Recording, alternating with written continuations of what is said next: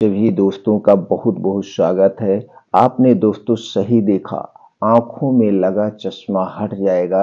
अगर आंखों में चश्मा नहीं लगा है तो कभी चश्मा नहीं लगेगा।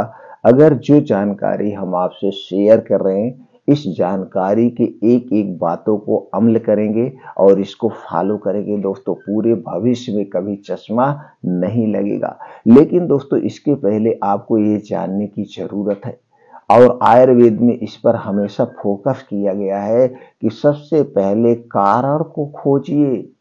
किस कारण से चश्मा लग रहा है? जब आप उस कारण को खोज लेते हैं तो दोस्तों निवारण आसान हो जाता है, क्योंकि सबसे पहले उस कारण को हटा दीजिए। जैसे दोस्तों, आप दो मित्र हैं या आप परिवार में हैं, परिवार में झगड़ा होता है किसी बात को लेकर, तो बात क्या हुई? वो कारण हुआ। उस बात को, जिस बात को लेकर मनमुटाव है, जिस बात को लेकर झगड़ा हो रहा है, उस बात पर बैठ करके दोनों लोग विचार विमर्श कर लीजिए और उसका समाधान निकाल लीजिए। तो झगड़े जो है, ये दो दूरियां दोनों लोग के बीच में हो गई, दूरियां हट जाएंगी, वो बात का समाधान हो गया। तो फिर रह कहाँ गया झगड़ा?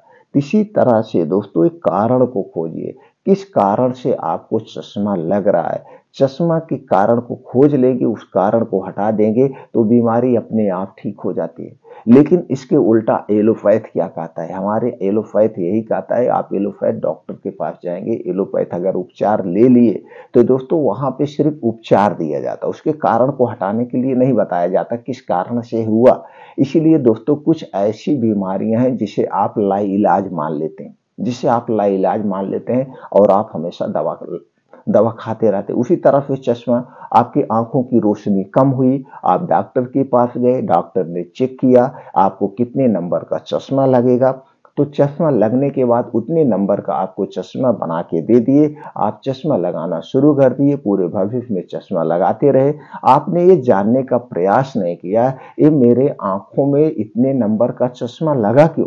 हम क्या अपने आंखों के इस नंबर को कम नहीं कर सकते? ना तो आपने डॉक्टर से पूछा और ना तो आपने उस पर खुद डिस्कस किया या तो खुद उस पर रिसर्च किया।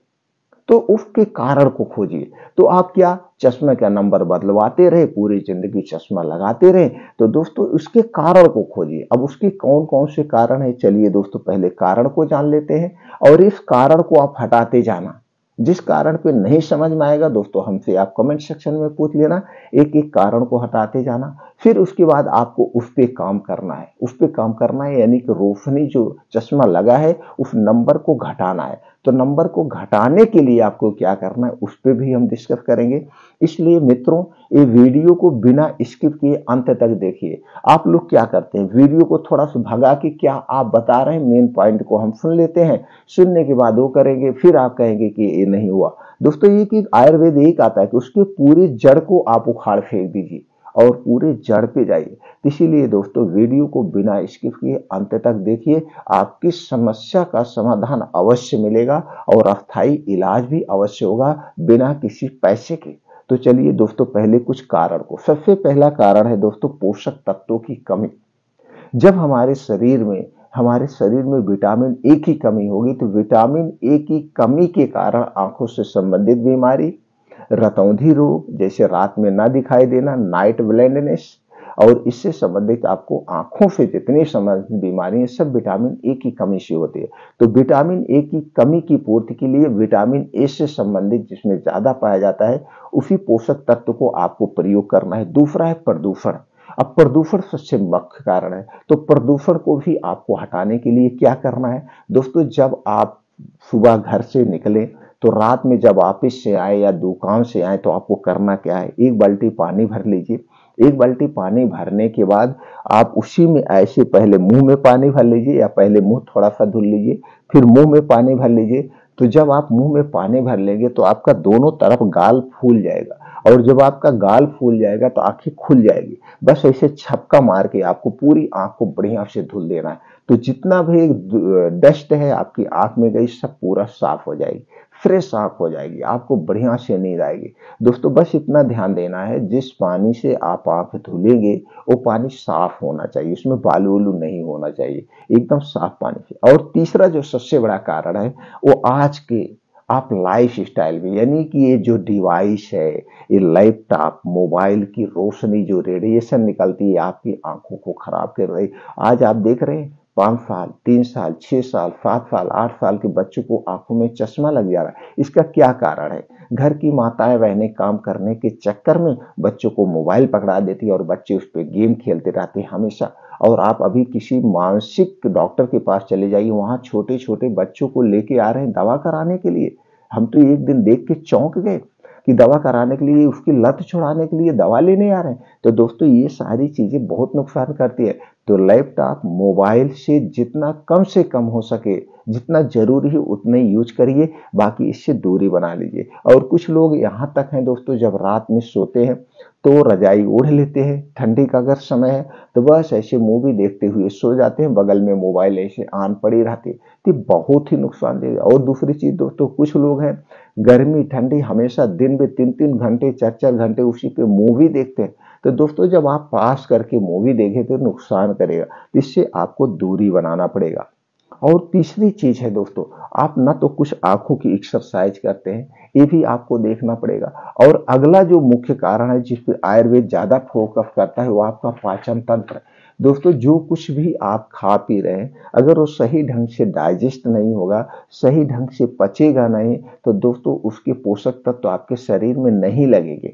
इसके लिए आपको क्या करना है, आपके शरीर में 3 दोष पाया जाता है, वात दोष, पित्त दोष और कफ दोष। ये जो वात पित्त कफ दोष है दोस्तों, ये आपके शरीर में पाया जाना भी जरूरी। बस आपको इतने मैनेज करना है, वात पित्त कफ को जो बढ़ाने वाली चीजें आपको सेवन नहीं करना है, जिससे आपका डाइजेशन, आपका पाचन तंत्र सही ढंग से काम करे, जो कुछ भी आप खाएं वो सही रहे। तो कब्ज को हटाइए, गैस एसिडिटी को हटाइए। और अगली चीज है दोस्तों, तली भुनी चीजों का आप ज्यादा प्रयोग करते हैं, बाहर की चीजें आप ज्यादा ले रहे हैं, तो तली भुनी चीजें जो है आपके पाचन तंत्र को डिस्टर्ब करती है, गैस कब्ज एसिडिटी बढ़ाती है। और ये जो बाहर का pizza momos burger cold drinks P रहे हैं, ये सारी चीजें वात पित्त कफ को बढ़ाती है, तो इससे आप दूरी बना लीजिए। और अगली चीज है नींद का अभाव। हमें नींद भी जरूरी है दोस्तों। जब हम गहरी नींद में सोते हैं तो हमारे पूरे शरीर को आराम मिलता है, लेकिन आज की लाइफ स्टाइल में हम गहरी नींद में नहीं सोते हैं, हम सिर्फ मन से सोते हैं, तन से नहीं सोते हैं। तो हमें दोस्तों तन और मन से भी सोना होगा। इसके लिए क्या करना है, कैसे आप तन मन से सोएंगे? इसके लिए दोस्तों सूर्य डूबने के 40 मिनट पहले खाना खाने की आदत डाल लीजिए।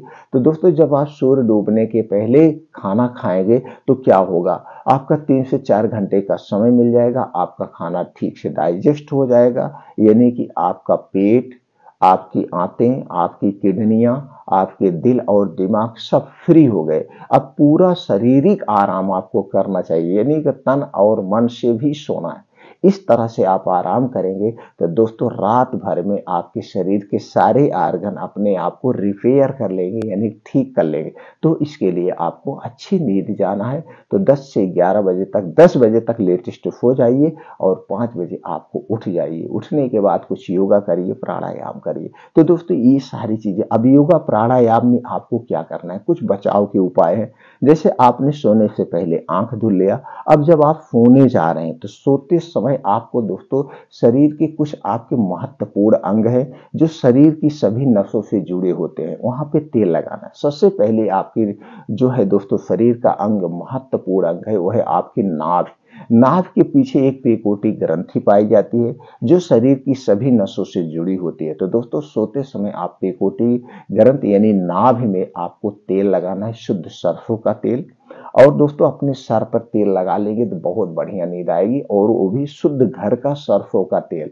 तो नाभि और सर में सरसों का तेल लगाना है। और अपने नाक में दोस्तों मिल जाए तो क्या करना है, शुद्ध गाय का देसी घी 1 बूंद इस नाक में डालिए, 1 बूंद इस नाक में डालिए, बहुत बढ़िया नींद आएगी और आंखों की रोशनी बढ़ेगी।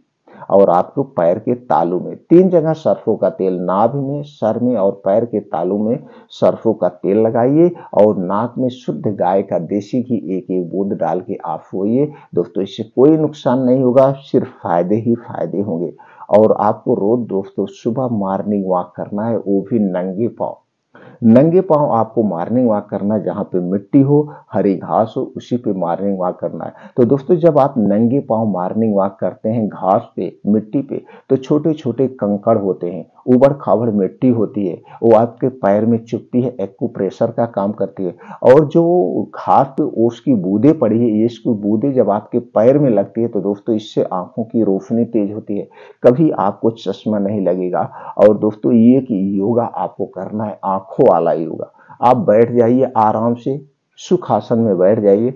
बैठने के बाद ये आपकी आंख है, एक बार ऊपर देखिए अपना मत्था, एक बार नीचे देखिए अपने नाक को देखिए, इसके बाद दोनों अगल बगल देखना है। फिर आंखों के जो अंदर से जो सो पत्थर है, गोल सी आंखें हैं, इसे अंदर ही अंदर डुलाना है। ऐसा 10 मिनट करना है। उसके बाद एक अंगुली अपने निकालिए, अपने सामने करिए और कंसंट्रेट होकर के आप 10 मिनट इसी अंगुली को देखिए।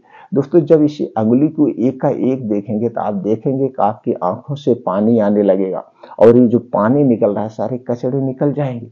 ये पानी आने लगेगा, आपके सर में दर्द हो जाएगा। फिर 5 मिनट ध्यान से बैठ जाएंगे तो आपको आराम मिल जाएगा। आप देखेंगे बहुत सुकून आपको मिल रहा है।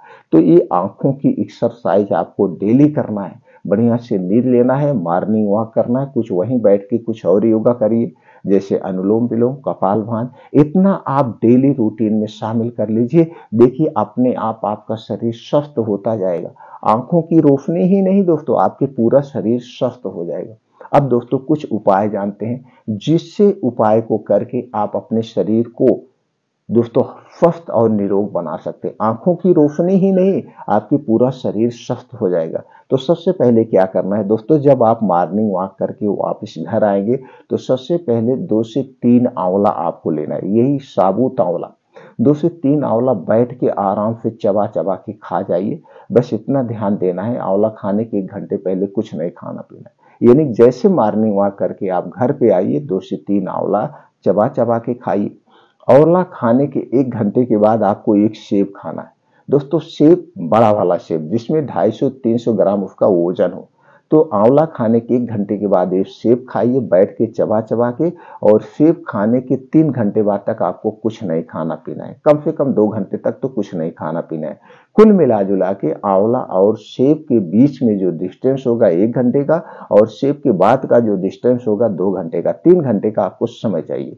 तो 3 घंटे में ये दोनों चीजें क्या करेंगे, आपकी किडनी की, आपकी पेट की साफ सफाई करेंगे। दोस्तों साफ सफाई करेंगे, क्योंकि दोस्तों आंवला क्या है, आयुर्वेद का में इसे अमृत फल का दर्जा दिया गया है। और इसमें दोस्तों विटामिन सी प्रचुर मात्रा में पाए जाते हैं। और विटामिन सी दोस्तों आंतों की, किडनियों की साफ सफाई यानी हमारे शरीर की साफ सफाई का काम करते हैं। इसके साथ साथ दोस्तों एंटीऑक्सीडेंट का प्रमुख स्रोत है। दोस्तों ये आपको पहला उपाय रोज सुबह खाली पेट करना है। इससे आपके शरीर की इम्यूनिटी भी स्ट्रांग होगी और आंखों की बीमारी भी दूर होगी। अगर आपको ब्लड प्रेशर है, ब्लड शुगर है, थायराइड है, कोई बीमारी है, तो बीमारी धीरे धीरे अपने आप आपका शरीर उसे क्योर करना शुरू कर देगा।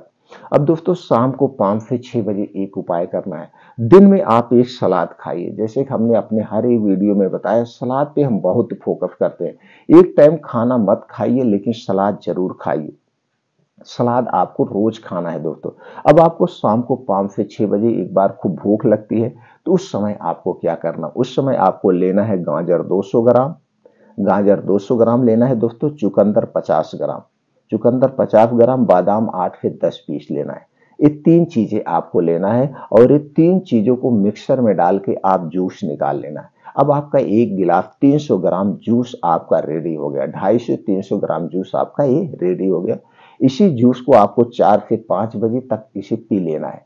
4 से 5 बजे इस जूस को जब आप पी लेंगे, जूस पीने के 1 घंटे पहले कुछ नहीं खाना पीना है, और जूस पीने के 3 घंटे बाद तक आपको कुछ नहीं खाना पीना है। इस बात का आप ध्यान रखेंगे। लेकिन दोस्तों याद रखना है, ये बादाम खरीदते समय एक सावधानी बरतना है। बादाम 2 टाइप की मार्केट में मिलती है, एक खट्टी बादाम और एक मीठी बादाम। आपको खट्टी बादाम नहीं लेना है। खट्टी बादाम में साइनाइड टाइप का पॉइजन पाया जाता है, जो हमारे स्वास्थ्य के लिए हानिकारक है।